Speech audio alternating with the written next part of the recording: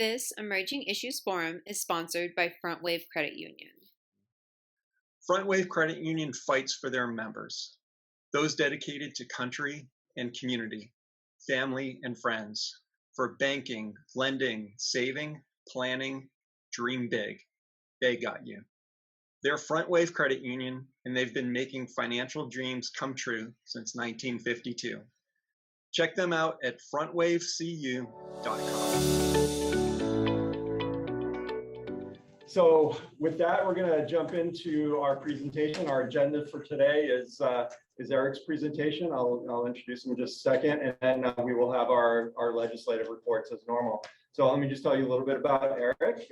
Erik Bruvold is the Chief Executive Officer of the San Diego North EDC. SDN EDC is a regional organization charged with promoting North County as a premier business location and an ideal place in which to work and live. As CEO, Erik has responsibility for all council operations, including programming, economic development services, and regional economic research and analysis. So please help me welcome Erik. And I see lots of my board members and friends as well. So I'm just going to kind of go through two presentations or two sorts of sets of things. I'm going to first give you sort of an update of COVID-19 and the impacts on Oceanside and the entire State Route 78 corridor, and some policy implications that come out of that research. And then I'm going to update or give, I thought it would be useful. Some people know about our economic clusters in North County, some don't, but to give you a highlight of a presentation I gave to a local real estate brokerage, which I think also lays out some important things for this committee and the Oceanside board in general to think about. All right, sounds good. So this was a report, and you can find it on our website. Again, we need to update it, and we probably will at the end of the year. We published this at the end of 2020, but I updated the data for the presentation today. So I think that what's important, in addition to Erik typos, which is normal for me at like 11 o'clock, 11:30 at night when I'm writing, is that we had seen robust growth on the 78 corridor up into the point of COVID, and then those 5 years of gains were wiped out by the pandemic. And we're going to talk about what the recovery has looked like since then. But while we have come off of the kind of the bottom, recovery to date has been slow.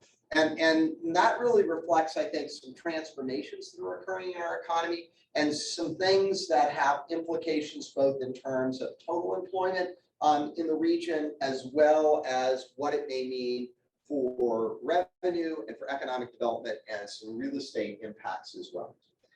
This was a similar pattern that we saw in Oceanside. So this is job counts. It excludes a little bit of Oceanside that shares a zip code with Camp Pendleton, but there's just a quirk in the data source that we have. But again, you saw in Oceanside decent gains up until the impact of the pandemic, and then those gains were wiped away. The employment in the county also follows a similar trend. You see the dip, and most importantly, just like we've seen in North County, employment has been slow to recover. And I'm going to talk about what seems to be driving that. I think that there are two key factors. One, which is probably temporary, but actually three. One, which is temporary, but two, which have longer term implications for how people are going to live and work and their consumption patterns. This shows you in Oceanside by various economic sectors what we saw in terms of job growth over the period of time leading up to COVID. And then what I've highlighted is two sectors that account for almost 60 or more than 60% of the job losses off of the peak employment. So almost 2/3, 6 out of every 10 jobs that were lost are in these two sectors. I see Leslie here. She will, I'm sure have, even more to say about accommodations and especially, and then our hotel impacts that we've seen, but then retail trade. And there is good evidence that what has occurred in retail trade was an acceleration of trends that we had seen in the past. And that has profound implications, both in terms of employment, real estate space, and really jobs which are probably not coming back like that, but would come back in other sectors. And how the Emerging Issues Committee and chambers writ large think about that are really important as we move forward into 2021, 2022. Taxable sales. Now, I want to make this is really important and clear because this is not the same as revenue.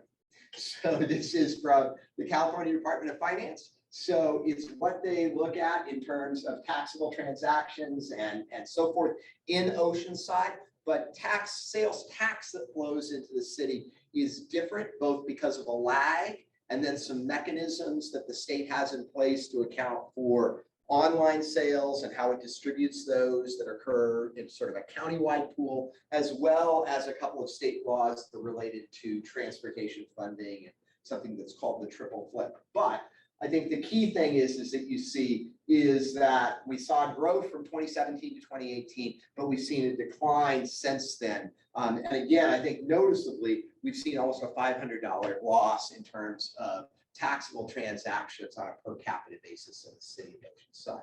So one thing that we're seeing, and there's no reason to believe that this will not continue a trend, is that we've seen sales taxes be negatively impacted, made up for by a certain extent from property tax. But one of the really worrisome things on taxable sales is that as housing prices and rents have escalated, this will continue to crowd out household budgets. So they will consume less income goods, which are subject to sales tax, because as you know, your mortgage or your rent is not subject to sales tax.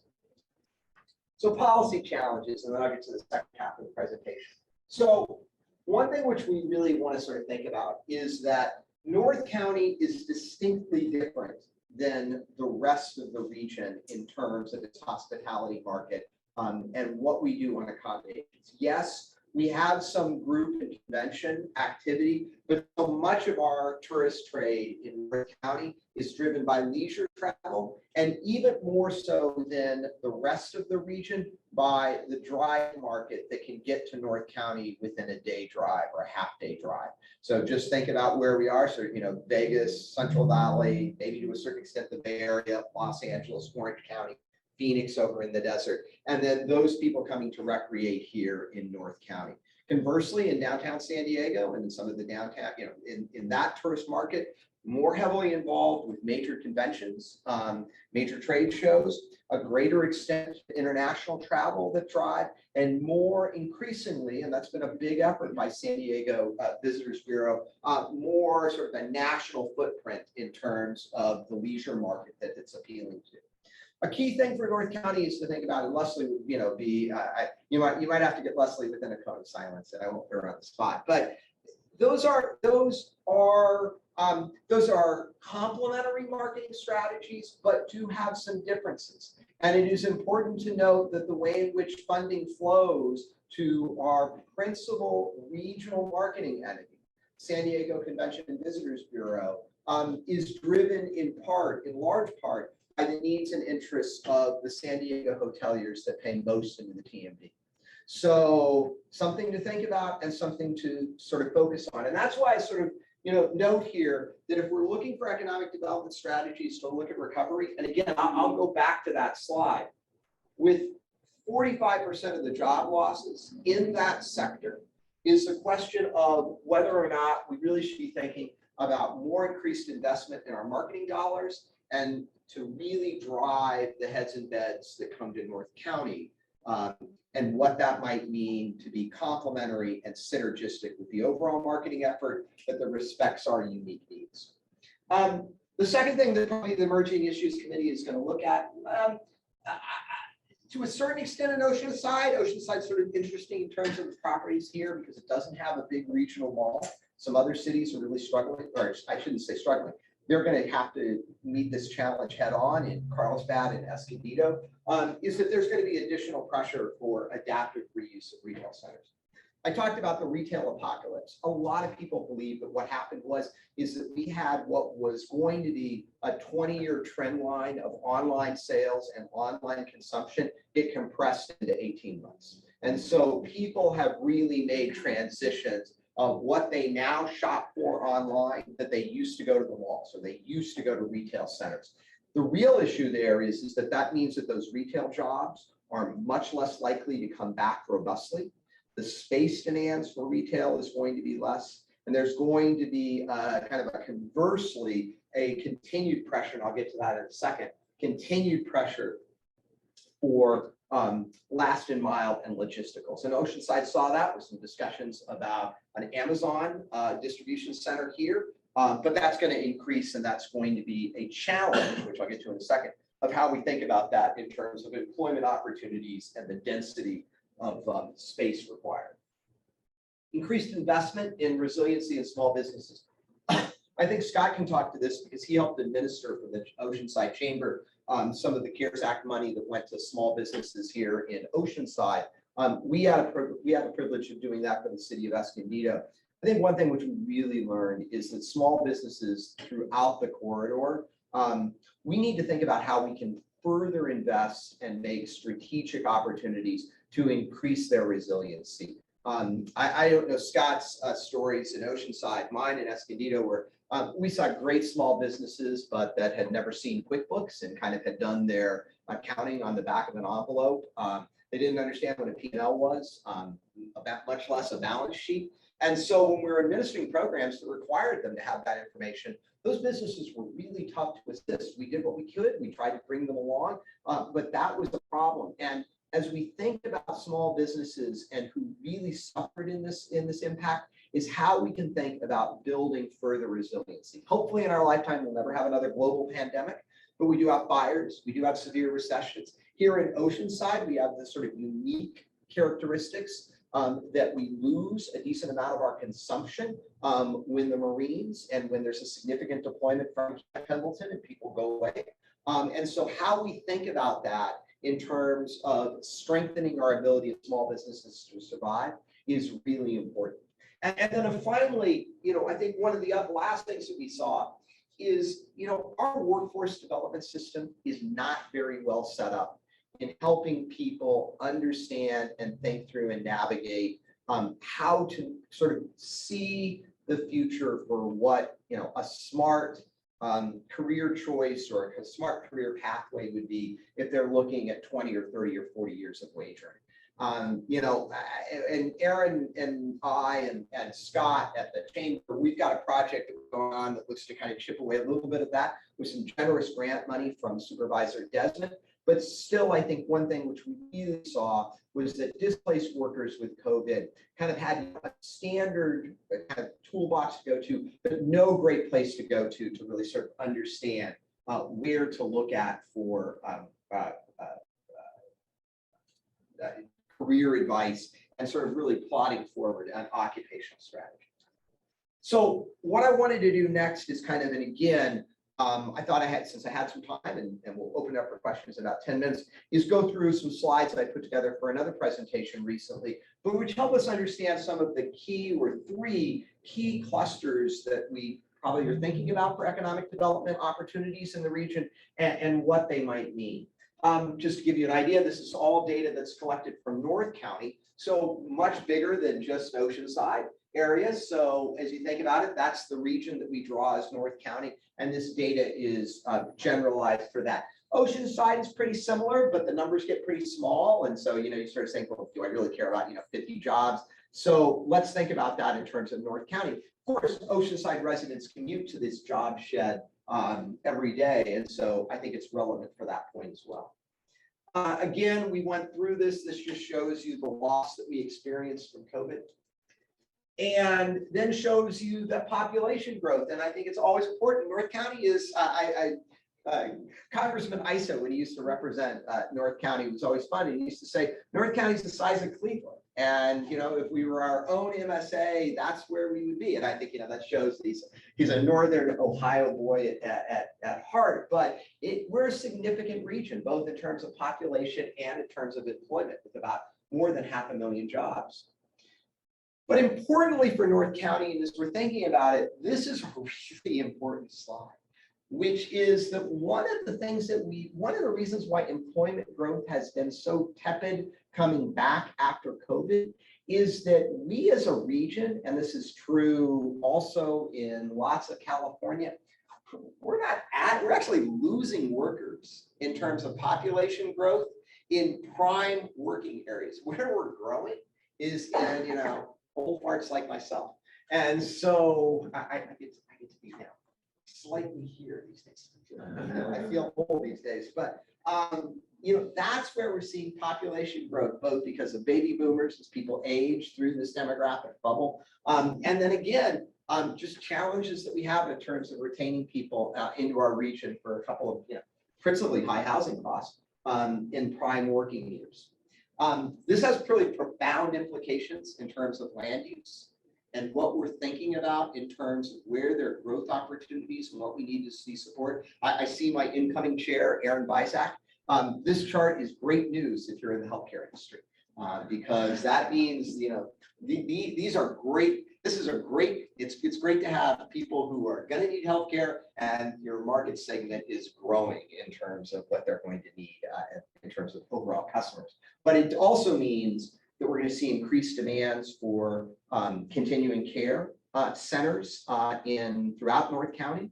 There'll be tremendous pressure for that. There'll be more needs for memory care and other things to help people, you know, who are experiencing dementia or memory loss. And again, there's going to be huge demand for outpatient and medical office throughout the region.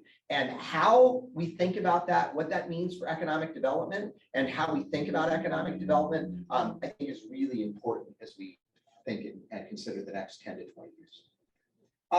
Good news for North County, we've seen significant growth in the amount of venture capital that's flowing into our region for additional startup opportunities. That has not been the case, but we've seen really, we had almost, $2.5 billion flow into venture capital deals in North County. Lots of it for companies headquartered in Carlsbad, but there were other deals. There was a couple deals in Oceanside and throughout the rest of the corridor. 3 industries of note. So first of all, software. So this again was done for a real estate brokerage, so it gives some ideas kind of for the context of that. But one of the really exciting things that we saw in the last 6 years was a transformation of the kind of software company and the kinds of growth that we had seen in that sector, especially if we go back 15, 20 years. So really up until about 2015, 2016, San Diego's software story was, for lack of a better word, big boring firms that sold software as a business-to-business play, continuing to grow incrementally. Okay, that was what we were. And a classic example of that is a software company which did very, very well, spun off a bunch of companies that continue to do it, a company called H&C Software that was the first innovator for the software that sits to detect credit card fraud. So when you swipe your card, what H&C figured out was big machine learning and AI that could process that in about the second that they could have data, or else you'd get bored waiting for your credit card to clear and tag you or flag you for fraud or not fraud. And that was a very typical San Diego company. Incrementally grew, sold to other businesses, wasn't very visible in terms of its need to be actually present or available to consumers. You didn't care that there was H&C Software sitting behind there. Only, about 20, 30 banks and a couple of credit card processing companies cared, and they marketed to those very well, but their need for consumer visibility was pretty low. Since 2016, though, we've seen significant growth in software in San Diego companies that are business to consumer plays that need to have that visibility and are much more akin in terms of their growth patterns to kinds of fast-growing companies that we can find in Silicon Valley, Austin, the Boston area, New York City, where really those companies have a need to be visible with consumers, and so they're willing to spend marketing dollars and generate brand awareness and awareness of our industry cluster. That's still predominantly, and you can see on this map, it's color-coded, that's still predominantly a play in the southern part of our North County area, so Sorrento and along the 56 corridor.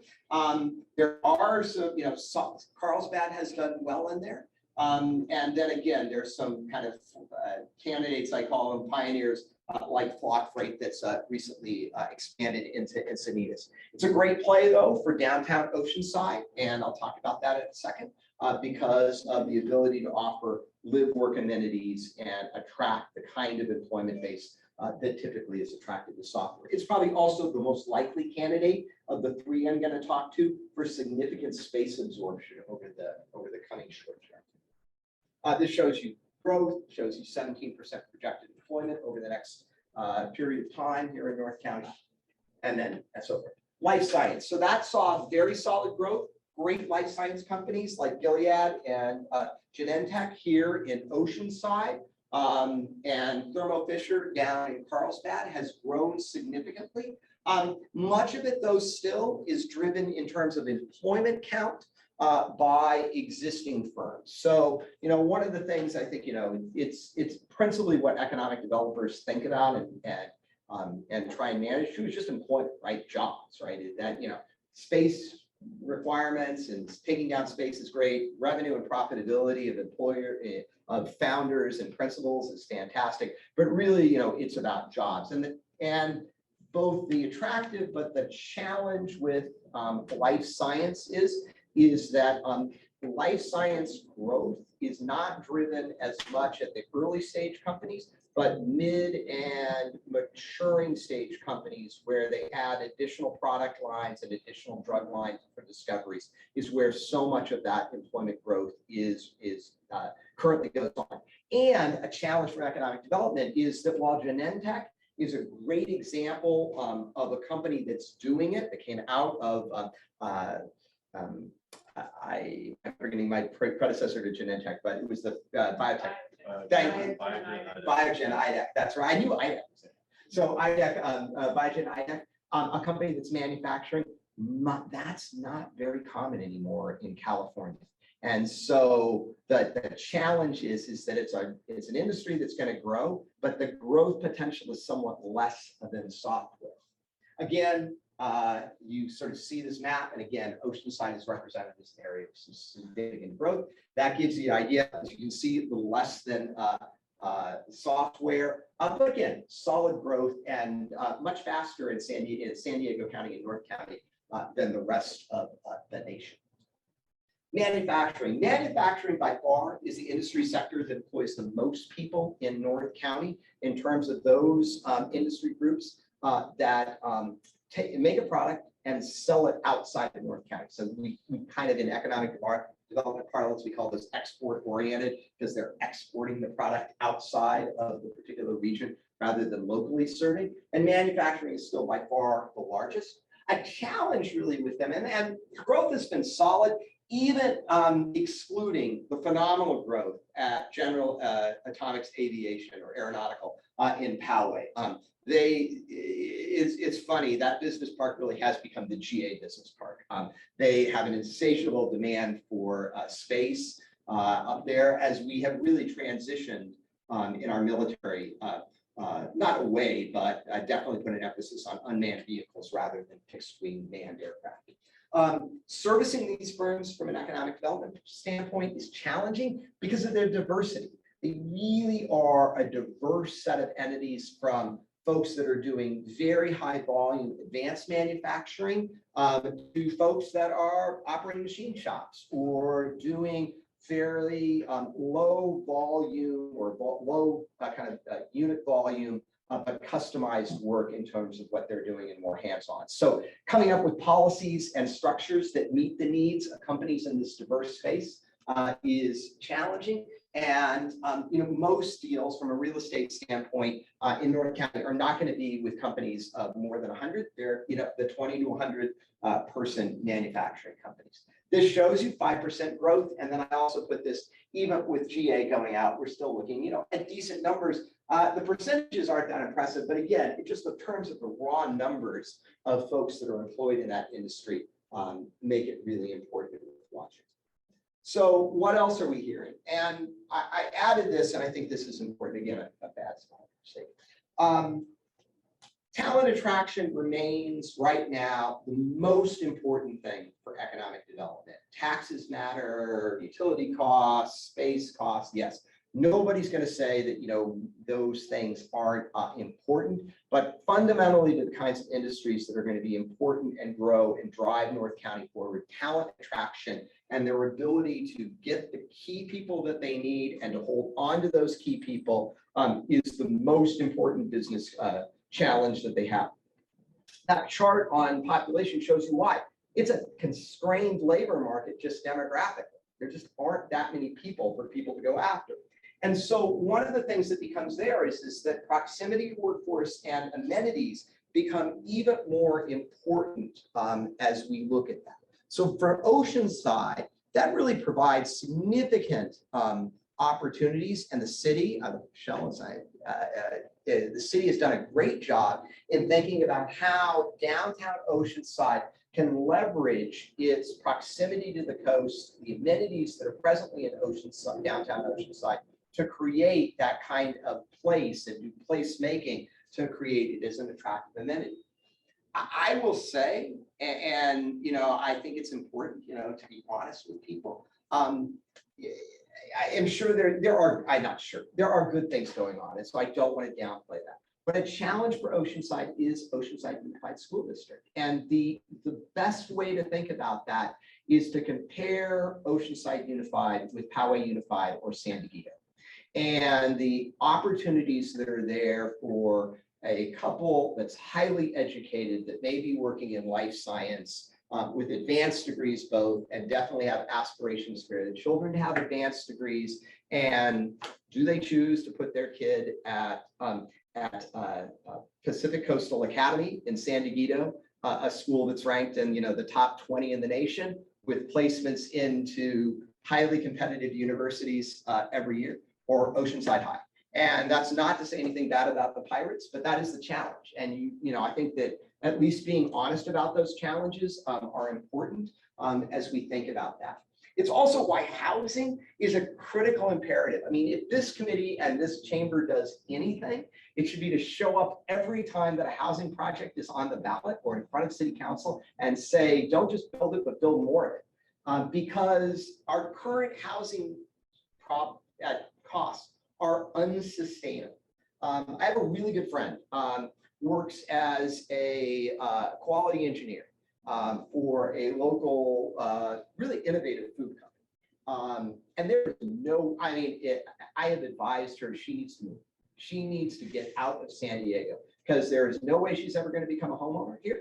And that her future, as we sort of think about, 35-year career for her, is really challenged if she can't start building wealth as a homeowner. And that is the reality that people like that are facing. Should stay here, be a great contributor here. Love to see her stay here, but the reality is that doesn't really make sense. Again, I put this in, many are waiting for a drop for prices to collapse and see how far they will drop in the office space. We've seen that there were very few office deals done in 2020. Now, some brokers disagree with this. They really believe that, as people start to do performance reviews and people that are in the office with the boss every day get better raises and better performances, everybody will flock back and work from home will end. But we're hearing from a ton of employers that actually they're having a hard time attracting people if they can't offer at least hybrid, and that people are demanding that as a quality of life concern. And again, in a competitive labor market, you can see why employers would say, hey, if that's what it takes to hold on to you, to give you an opportunity to work 2 days from home, I will do that. And then that means less demand for office space. And then there is just an insatiable demand for last mile distribution in San Diego County and in North County in particular. if you want to quit your job and have the resources to put up a 100,000 if you can find the land, 100,000 square foot tilt up flex space for manufacturing and distribution, do it tomorrow, because Amazon will talk to you on Monday and be ready to take that space down. And that is important. But the challenge from an economic development standpoint is that those facilities, the employment per square foot is significantly low, is very low. I mean, and you just have to think about it. It's a distribution in a warehouse. Most of it's goods that aren't working and aren't employed. They're being ready to be shipped to our doorstep.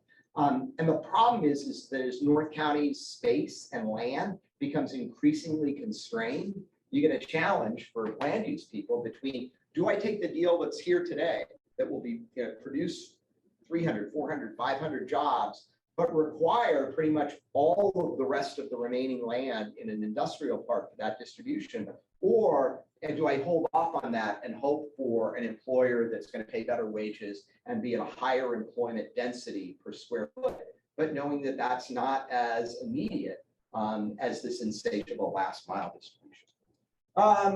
One last thing, and again, the housing spike, I said, what's the impact of the housing spike? I was asking that to the real estate brokers. I think we know that from a public policy standpoint, it is a huge challenge. And I don't want to belabor this point, but what I will say on this is that if people are interested in combating poverty, it's this. This is what's hurting families more than the need to raise wages, at the county by 50 cents by imposing some sort of labor policies and letting people organize on land. Sorry, Crystal, that's my editorial comment for today. But it's that people are spending 40, 45, 50% of their income on housing. And that is unsustainable. Anybody that has a kid who's starting to get close to entering the workforce knows that, you kind of like hammering your kid, no more than a third of your income on housing. You want to build that. And I don't know how people are doing it in San Diego County. It's just ridiculous. Carlsbad's nearing build out, and that has opportunities for Oceanside and San Marcos in particular. There will be firms that are not able to find space in the Carlsbad Business Park, kind of a location that is kind of first of mind for a variety of reasons. And again, I think in coastal Oceanside, if we could build some office down there, that would be important. This is what's really interesting. So I was talking to one of San Diego's major, they do probably close to the most multifamily housing in San Diego County, and they also have a significant portfolio of industrial property, kind of flex industrial office property that they manage, low story, 2-story type stuff with second interest. And here's what he told me, which I thought was really fascinating.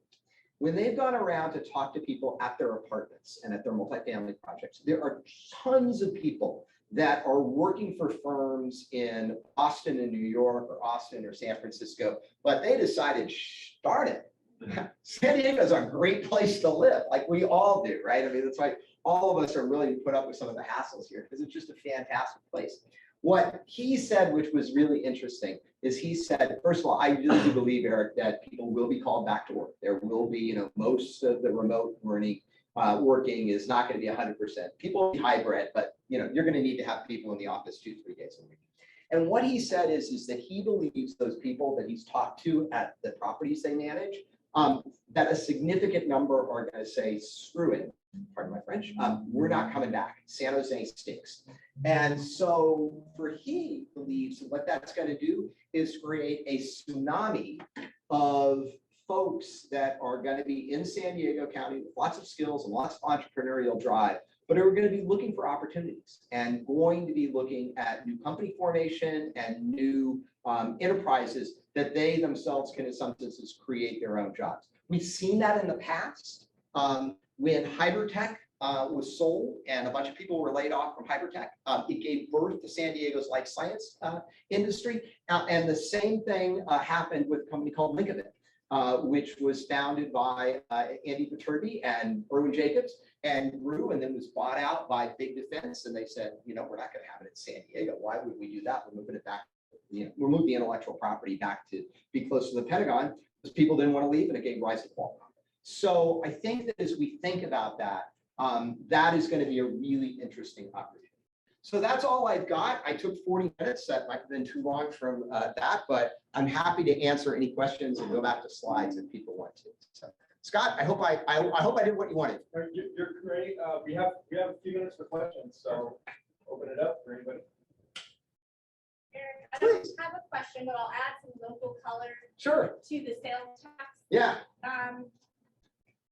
Topic is Oceanside actually did 11% more sales tax revenue in 2020 than we did in 2019.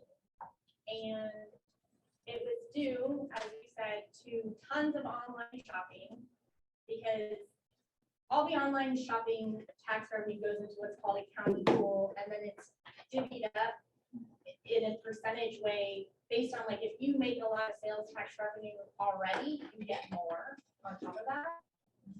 And then on top of that, I think remote work, our Targets did better than they'd ever done, our Walmarts did better than they'd ever done. People were shopping near home rather than like the Target near where they were or whatever. So we did actually quite well in sales tax, but a completely different makeup of where that sales tax came from. It was quite eye-opening.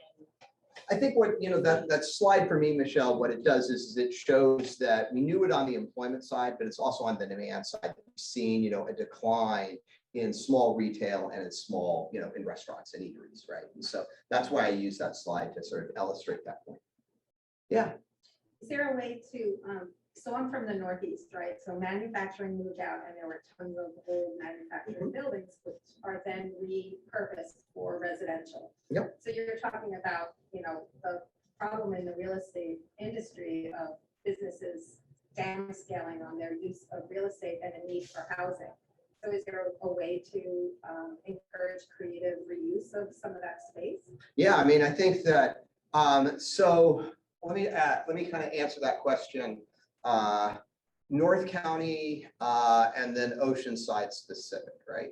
So North County wise, I mean, I think there's absolutely opportunities of some Class B office space that, is what it is. To start looking at adaptive reuse.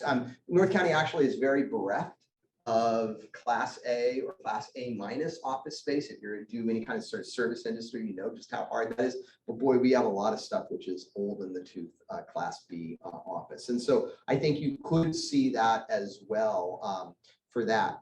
I think particularly there's going to be a huge demand, and Michelle could talk to specific things, maybe able to talk to specific things that are coming on through an Oceanside, but there's going to be a huge demand for adaptive reuse of a retail space throughout North County. There's a project right now for the shops at Carlsbad, right across your border. Brookfield Homes is working on that. And I know that the operator of I'll also call it North County Fair. But the Westfield, but anyway, I'll still always call it Westfield too, because I'm getting old now. I can only hold so many things in my brain. That they're really looking at North County Fair to do something as well. On the industrial side, it's a little harder. And there'll probably be pushes by some of the the office parks and business parks. If they've got remaining parcels, I'm sure they're going to probably, throw a proposal or two to do some rezoning just because of how profitable housing is.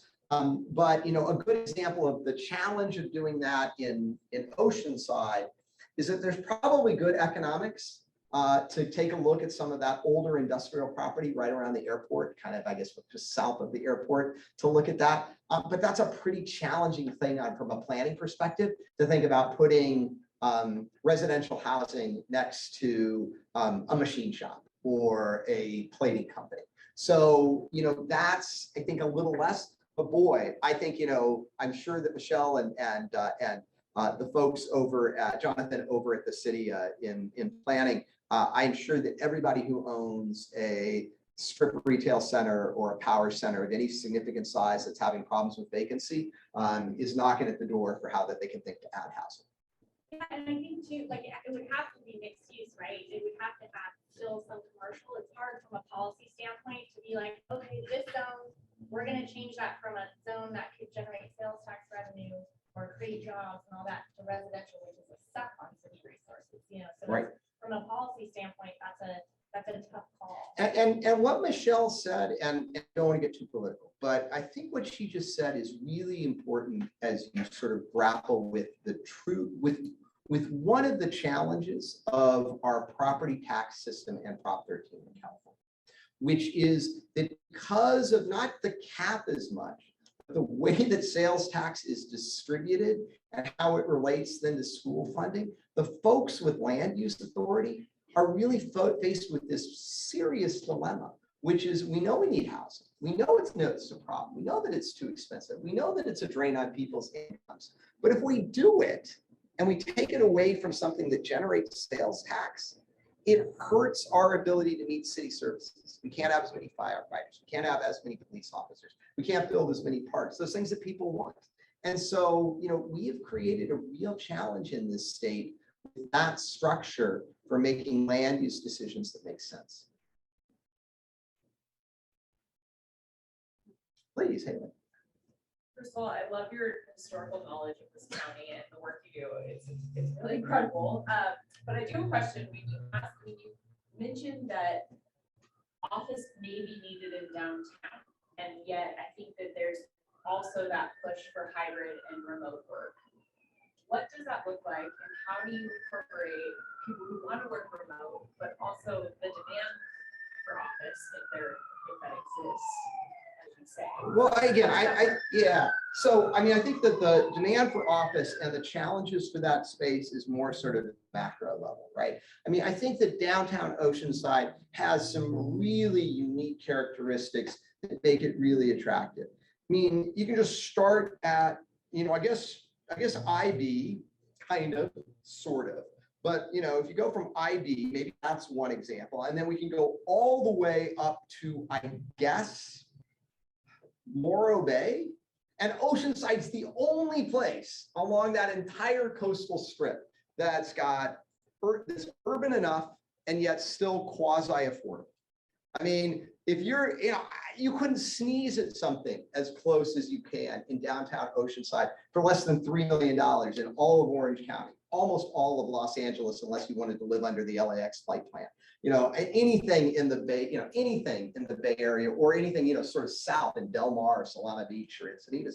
And so leveraging that strikes me as being really useful because you could get workers who could say, yeah, I can swing, you know, $2,400 for my apartment. I can go into the office 2 days a week. I can work remotely from my apartment or from the beach, the other ones. And you've got this critical mass of investment that's flowing into downtown Oceanside. So to me, that is such a critically important opportunity for this, really, frankly, Haley, for the region as a whole. Because we don't have, for the most part, in any of our other coastal communities, maybe La Jolla, maybe the Village, where we have that opportunity to have true, again, export-oriented employment in close proximity to coastal amenities and coastal lifestyle. And I appreciate the plug. I've just been around for a while. That's all. No, it's cool. Like when you say like the birth of, you know, biotech and that kind of stuff. The angle you do. Oh, I did. I golfed with this guy. Yeah. Scott, thank you for the opportunity. This was fun. I can't wait to hear the legislative update. Yeah. And thanks for your comments on housing, because when there's a housing project, the chamber's usually at. I know you guys are. I know. I know. Actually, one of Oceanside's newest housing projects is about to break ground right across the street. So, yeah. So as neighbors, Leslie and I are very happy to see that happen. Well, we're going to have 330 plus housing units right over there, plus ground floor retail and so on. But you know, I don't want to belabor. I'm going to take one last plug for that. And Haley appreciate this because they're fine. That's why North River Farms is really important to get done. And, you know, it's important because, not because it's going to solve the housing project process, but because, you know, and I got to tell you, those people, I went to that hearing and I was really, really mad.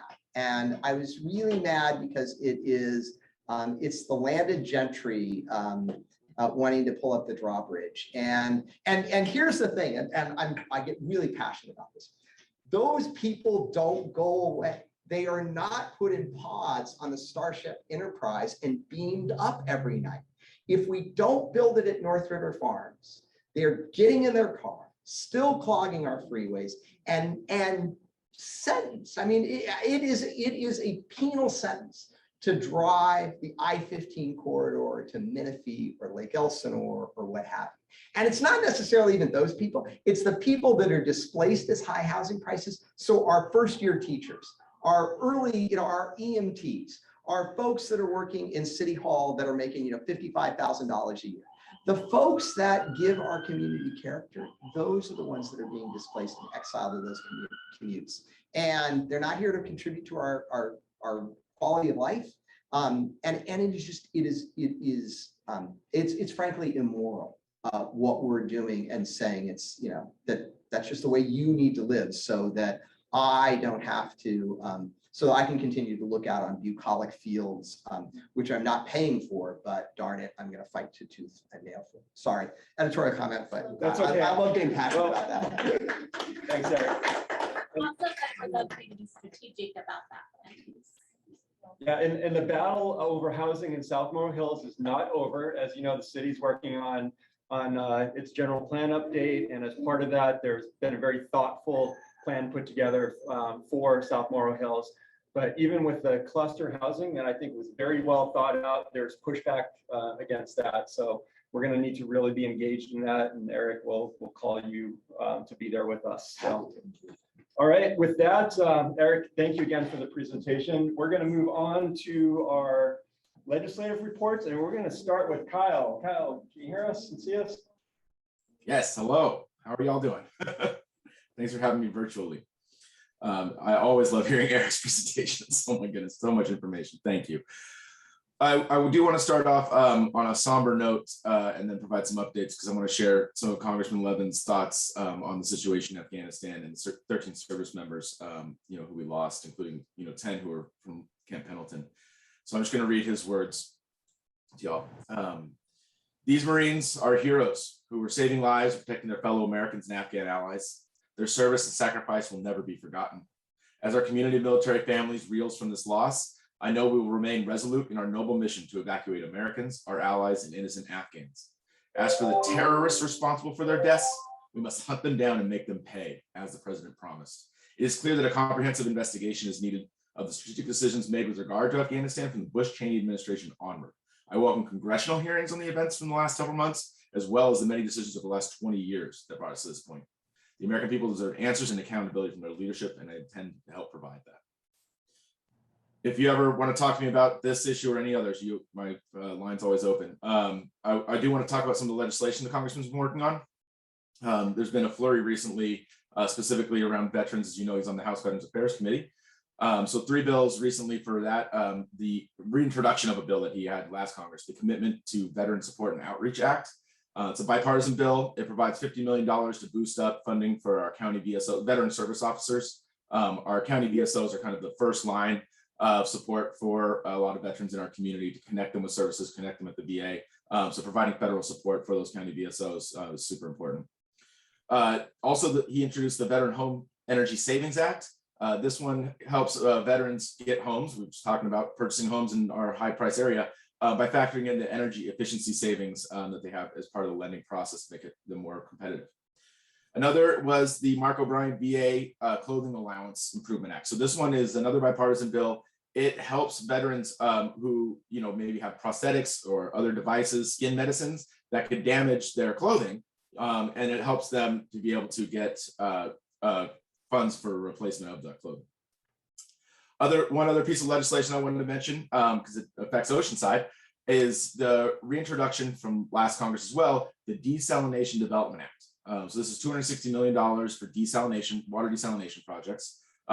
What's really great is that Congressman Levin's $260 million bill, $250 million was put into the bipartisan infrastructure package.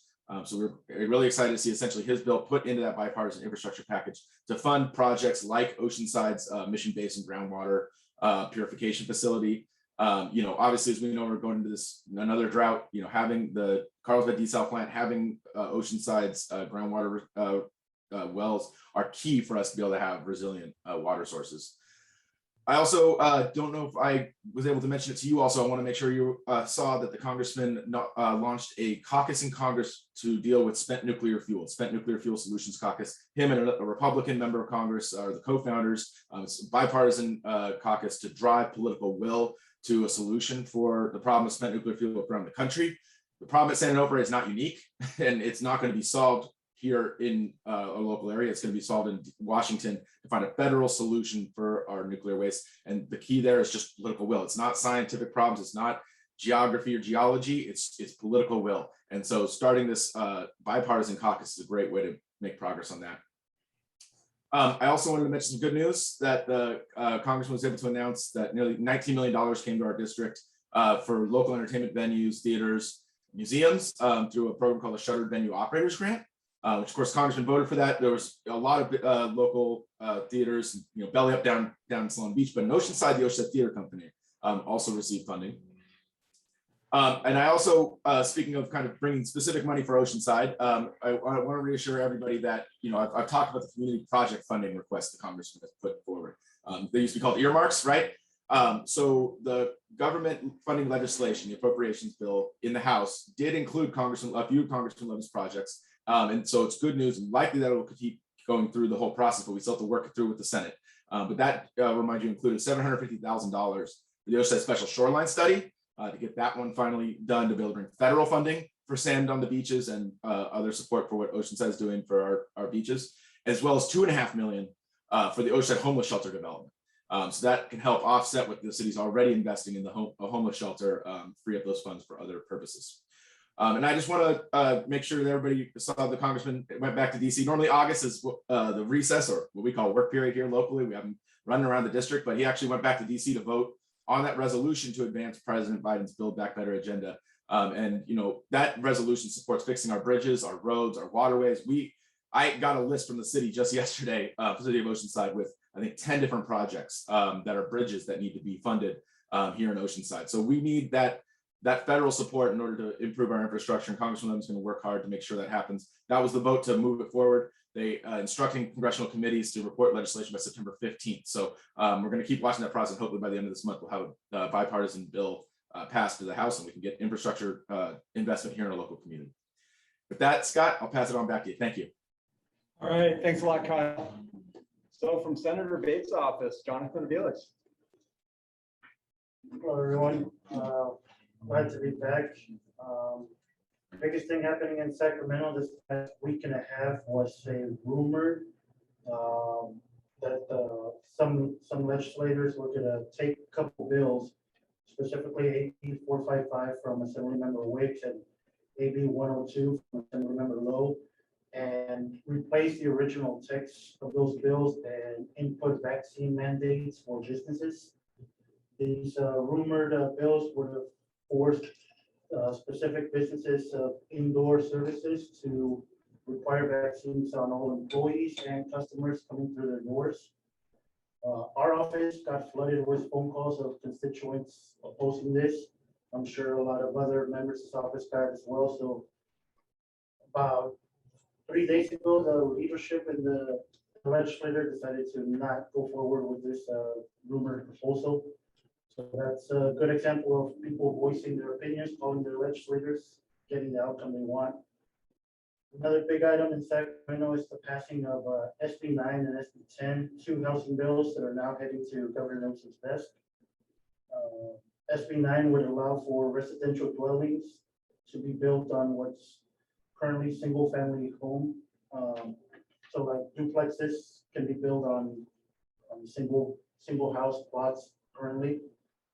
And SB 10 would permit local governments to bypass ordinance passed by citizens initiative. Senator Bates opposes both of these bills. Senator Bates believes SB 9 undermines local control. For example, city governments will not be allowed to enforce parking requirements because these projects are geared to what they deem areas of high transit. But Senator Bates points out that most people come with their own personal vehicles anyway. There's an op-ed by Senator Bates regarding SB 9 and SB 10 that was published yesterday on the 10th San Diego, where she goes into more detail of why she opposes both bills that are now passed. Senator Bates has two bills that passed both the Senate and the Assembly. They're now heading to the governor's desk. And both bills I mentioned this last month about drug treatment facilities and rehab facilities, SB 434 and SB 541. They both have to deal with like false advertisement and requiring these businesses to display their license number to their customers. So both of those bills are by Senator Bates are heading to the governor's desk. Senator also has two other bills that are waiting in assembly vote. SB 248, which deals with child support enforcement, and SB 718, which deals with multiple employer welfare arrangements for biotech companies that want to come together and offer competitive healthcare coverage for their employees. I mentioned this also last month. These groups of small and medium biotech firms come together to offer competitive healthcare coverage for their employees so that they can compete with the larger companies. So SB 718 would kind of allow the way for them to do that. And that's it for me. All right, thanks, Jonathan. Fernando, can you give us an update from the assembly member? Yeah, definitely. So just some quick points. I covered these bills in the past a lot, so I'll just be brief on them. The governor signed the assembly members AB 803, which is their Starter Home Revitalization Act, which essentially makes it easier to build smaller, affordable by design housing, which again is a great tool to use to increase our housing stock. Allow some folks who want to downsize and get a smaller home and free up existing housing stock. Also, the assembly members AB 66, which would establish a program for the Scripps School of Oceanography to work on an early warning system for blood collapses. That was approved by the Senate just recently, and they're heading back to the Senate for to the Assembly for concurrence. So if the Assembly agrees on Senate amendments, it will be sent to the governor just for signature. Also, recently, Scott, thank you for flagging an issue regarding proposed CARB regulations, which would essentially, make it essentially regulations towards watercraft engine emissions. The Assembly member signed on to a letter with Assembly member Patrick O'Donnell raising concerns about these proposed regulations and the effect they would have on our local maritime economy. So, they listed a letter explaining, what those issues would be, and because of Scott, again, the Assembly member was able to jump on that. Other activities in our district office, we will be having our veterans and service member award ceremony in November. So we're going to be opening nominations for folks in our community to receive recognition from the state assembly. The deadline for nominations is on October 20th, and you can nominate folks on our website. And lastly, we are looking for fall interns, which will be starting in the 1st of October. We just wrapped up our summer internship program, which is a huge success. Our interns learn about the ins and outs of state government and got to go out to the community just to get a better understanding of local needs and build their network as well. So with that, give back to Scott and feel free to reach out if you have any questions. Great, thank you. And thank you again to the assembly member for signing on to that letter. All right, so from Supervisor Jim Desmond's office, Crystal is going to give us a 1-hour summary of the 15-hour meeting. We have 2 board meetings to cover, so it's going to be a 2 of them. Yes, marathon meetings this week. I'm a little running on fumes. I think I've already worked 45 hours this week. So, yes, that hybrid model of being able to work from home is really great for people like me who have meetings all week and then tomorrow can maybe sit home in my jammies and answer all my emails. So I'm a big fan of that. So a lot going on. I'm going to start with the previous board meeting from August 17th and 18th, where the supervisor awarded $128,000 to be administered through Erik's group, San Diego North EDC, in partnership with the Oceanside Chamber and 2 other chambers in North County to produce career awareness video library. So in the past, I'm going to and Erik's going to make sure I do this correctly. In the past, the chambers have worked to bring students in our schools, so local school districts, out to businesses for them to have an understanding of career opportunities that are available to them. And I think Erik said it really well that, kids typically only know what maybe their parents and close family members and friends do, but they don't know about all these other fabulous opportunities. So the chambers have always worked to kind of take them out and show them and create these partnerships within the business industry. This program, and they've figured out through Zoom, you can create a video library of the same information, expose more students in a short amount of time to career paths available to them. So the supervisor is proud to be able to fund the pilot program to get this started and really help kind of grow that workforce and keep them here in North County. So we're excited to be able to do that. I'll just confirm now that Ben will be speaking if you would like. Please do, yes. Yes, Yeah. He just confirmed with me this morning to do a sandbag presentation on the regional transportation plan rollout that's taking place, $163 billion tax and fee based program. I'm not going to spoil all the information, but there's a lot going on about that. The supervisor had a town hall meeting talking about that, but the presentation to the chamber is very enlightening. Also at the last board meeting, the supervisor introduced, along with Supervisor Kara Lawson-Remer, a Songs and Action for Spent Fuel Solutions Now coalition, a bipartisan, multi-jurisdictional effort coalition to complement what Congressman Levin has been doing. The supervisor sits on Congressman Levin's task force and also the Songs Community Engagement Panel. This is going to be an additional effort to help find a federal solution for our spent nuclear fuel that's sitting on the coastline. So just kind of a brief synopsis of, and I know many people have heard it, and the permit that is issued to SoCal Edison to operate that generating station, which is now being decommissioned, the permit says that the federal government must take back the spent nuclear fuel. The property is then restored, returned to the Navy, and we have, beautiful coastal land again. The federal government does not have the ability to take possession of the spent nuclear fuel because they have not successfully created a consent-based geological repository for spent nuclear fuel. So this coalition was created. Supervisor Desmond's going to be the co-chair along with Supervisor, oh my gosh, my brain just went blank.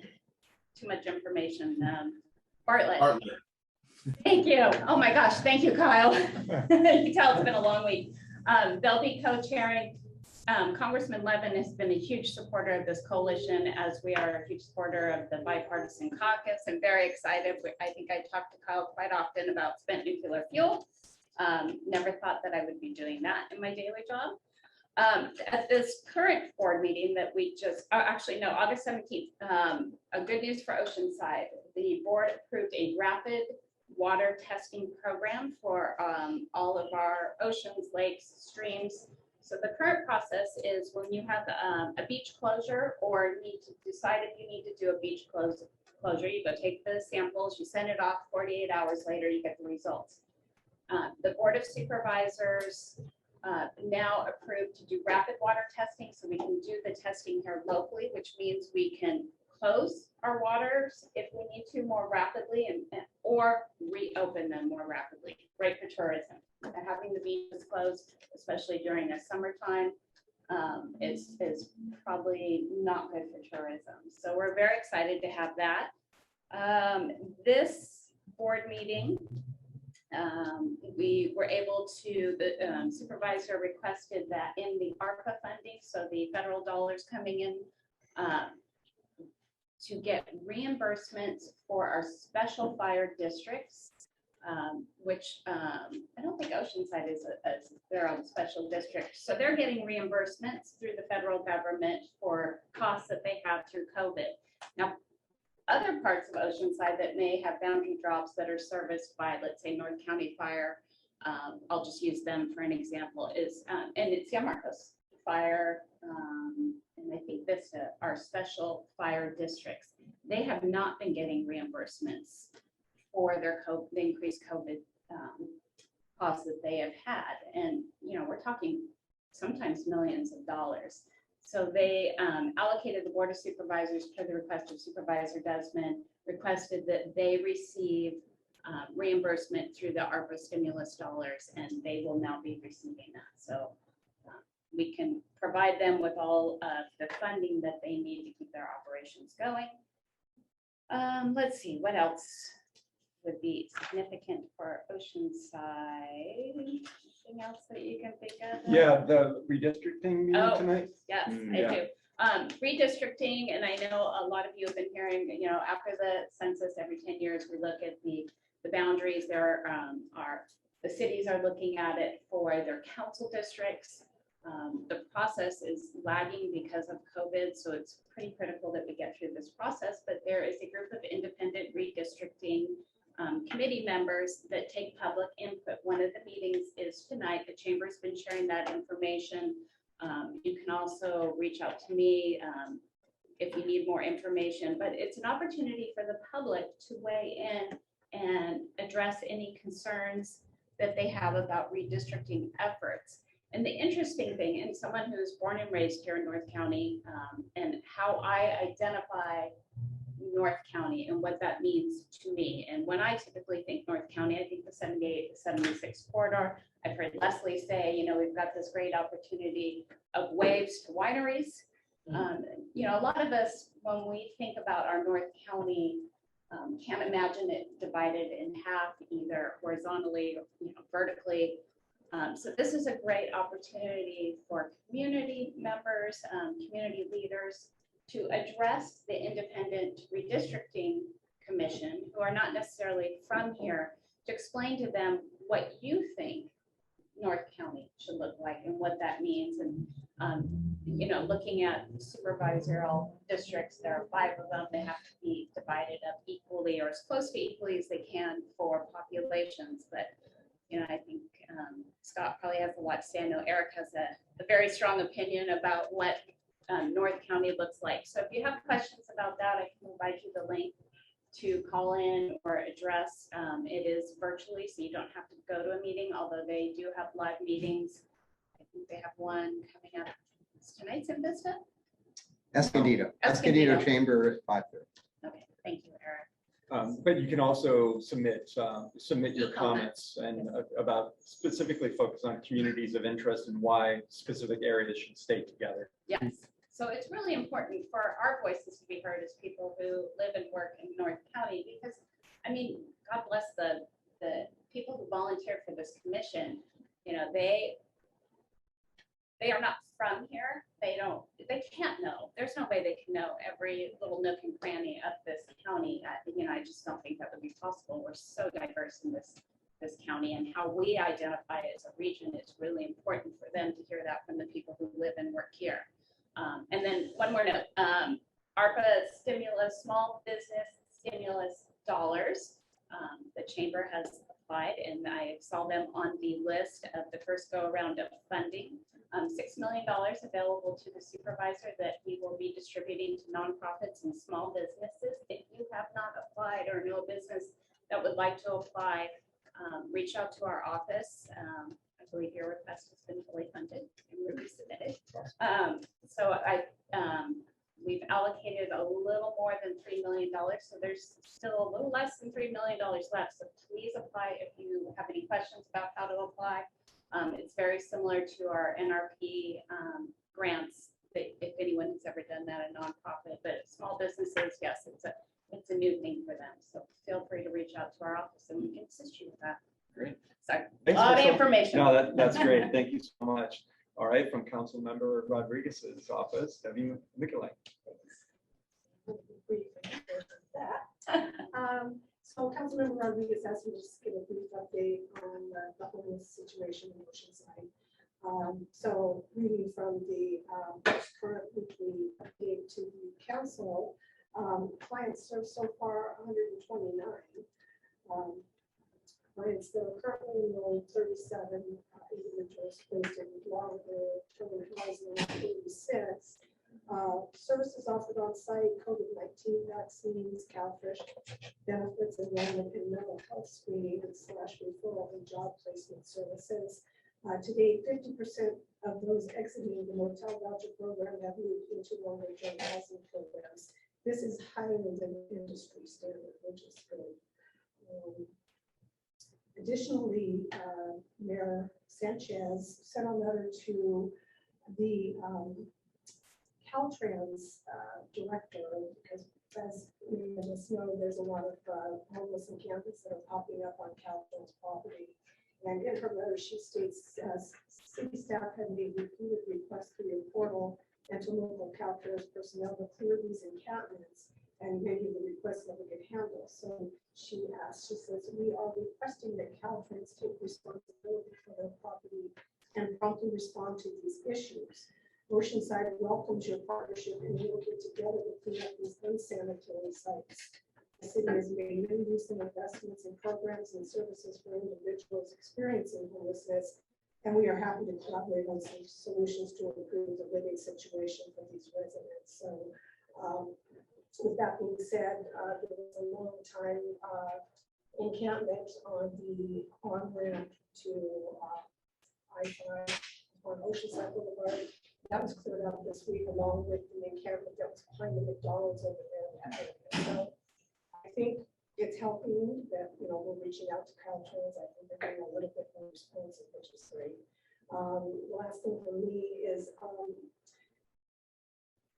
the 20th anniversary remembrance ceremony. Instead of holding this annual remembrance at the City Hall flagpole, the city is moving it to the beach at 8:46 a.m.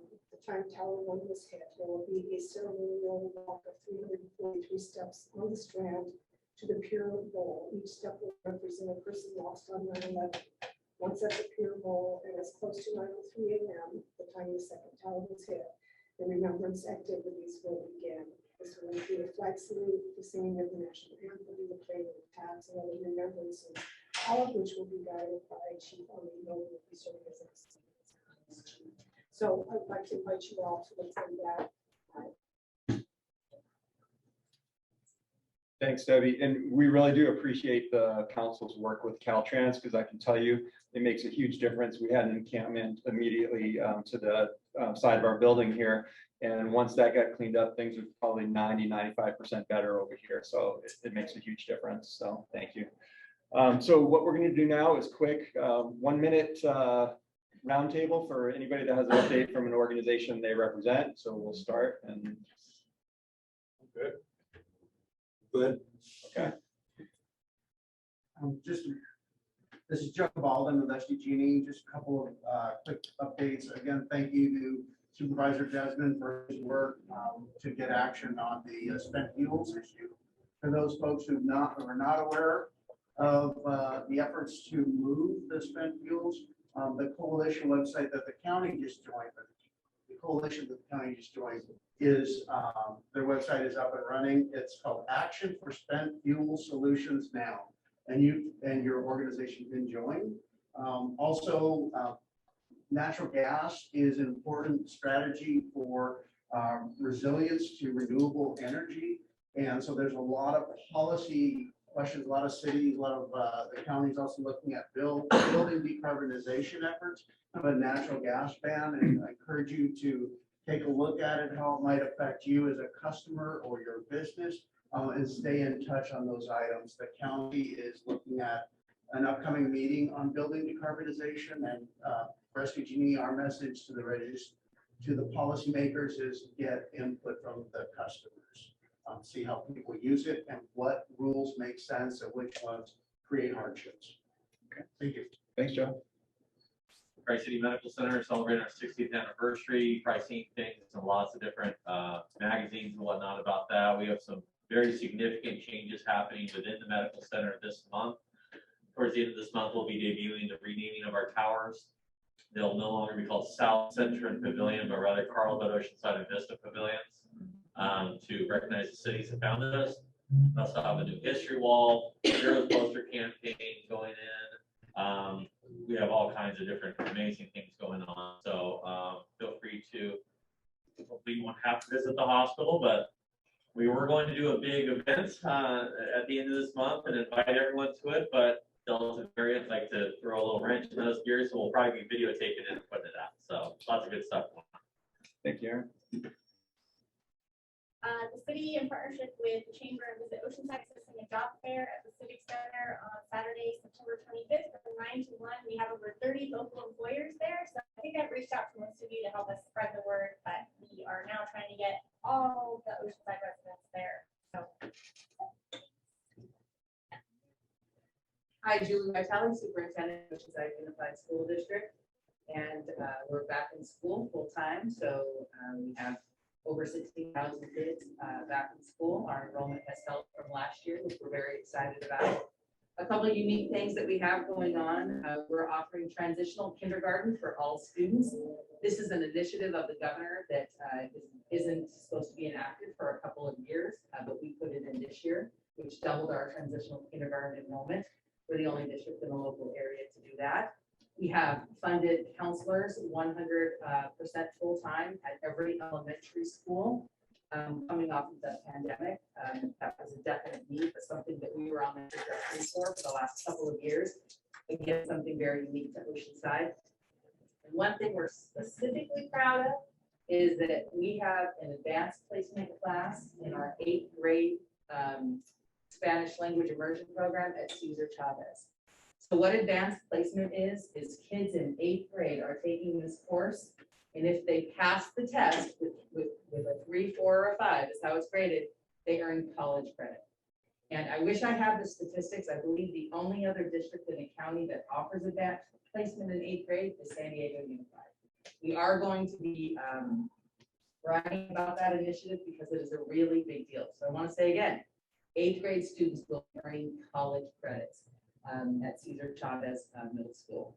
2 things that we're involving the community in, and I'll come back and ask for assistance from the chamber. We're creating what's called a portrait of a graduate, an educator, and a system so that we can get wide input to what our graduates need to really know and be able to do, because as you're aware, it changes and has changed drastically. And you may be aware that during the pandemic in November 2020, we passed a $160 million bond, and the board is right now engaged in how to prioritize those funds. We have 2 major renovations underway. Our property called San Luis Rey, which was renamed to Pablo Top Elementary School, and Jefferson Middle School, which is also under a full modernization. So we have a lot of great things going on. Sounds like we need to do a better job with a media campaign, because there have been some drastic changes in the last couple of years, and there's more to come. And people talking positively about the school district and spreading the word about the great things we have going on will certainly help with that. So thank you. Thanks, Julie. Anyone else? Just quickly, Tara, we've had a good summer. It's nice to see some of the recovery occur. We're looking closer to 2019 numbers, so that's encouraging. Our industry is still suffering from hiring challenges, so really appreciate the partnership with the city and Scott on that. I know it's a broader range hiring there, but we'll certainly hope to benefit from that, and that's a huge challenge. Not enough. Great update.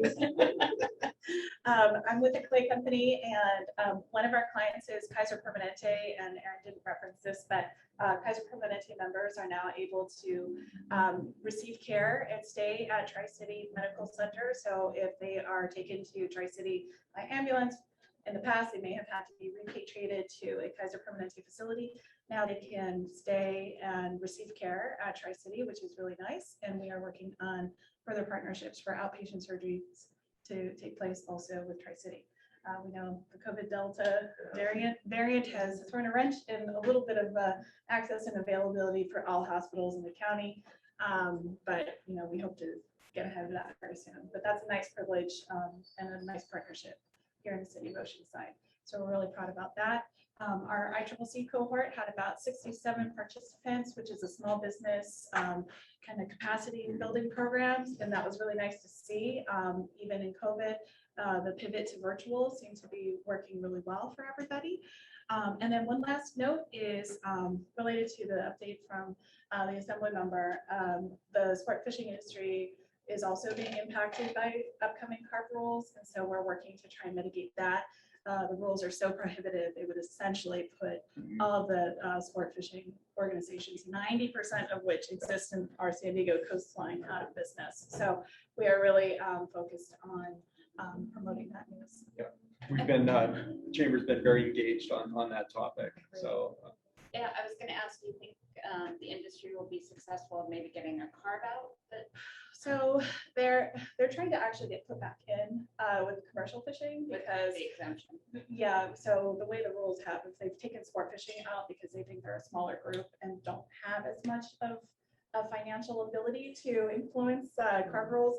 But we're finding a lot of partners all across the state that are really interested in kind of supporting this, because if the sport fishing industry is impacted, it's only a matter of time before other types of passenger type of tours and different other tourism-based folks will be impacted as well. And Carb Solution is actually laughable. They say raise ticket prices so you can buy new boats in a few years. So, right. Yeah, it's not really working. So, I have a few real quick updates from the chamber. So as Crystal mentioned, her office will be providing an update at our October 7th meeting right here in this room on the Sandex $163 billion transportation plan. Then in November, we're going to have an update on the beach retention pilot program from the city of Oceanside. And then December, Michelle will be here giving an update on economic development for the city.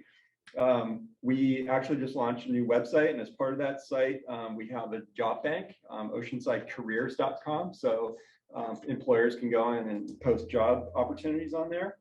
We have a mixer tonight at Agri Service. It's an outdoor mixer, and anybody that's coming, they require closed-toe shoes. Thankfully, I wore closed-toe shoes today.